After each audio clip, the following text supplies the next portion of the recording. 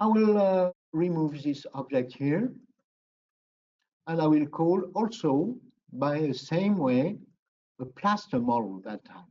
Plaster STL file issue from the CBCT on the mandibular. I will do the same job. Well, the color here is gray. I will change it. Why not this color here? And I will align to the CBCT. How to align? We have a special icon here. On the top here, this is our STL issue from the plaster.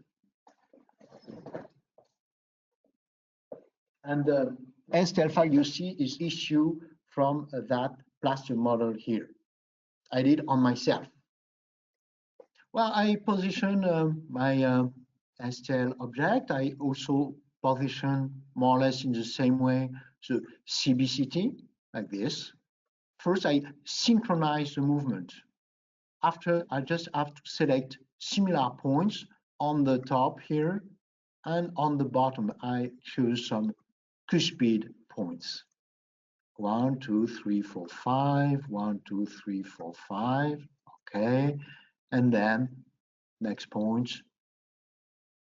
Now you see that the 3D object is aligned.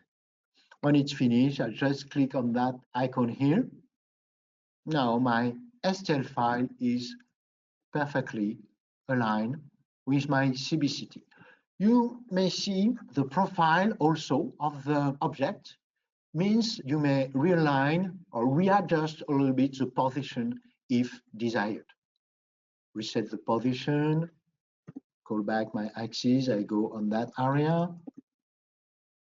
I go in the desired area where I will work, I will create a surgical guide. Oh, maybe I have to realign a very little the position. Means my object, like we did with the crown, I realign, you see, smoothly my position.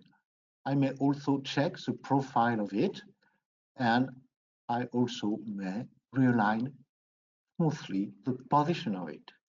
And you may probably see on that view here that the soft tissue are in contact with the profile of my STL file. While it is now aligned, the next step is to create a surgical guide. First, I go on the 3D view here, and I select drill guide.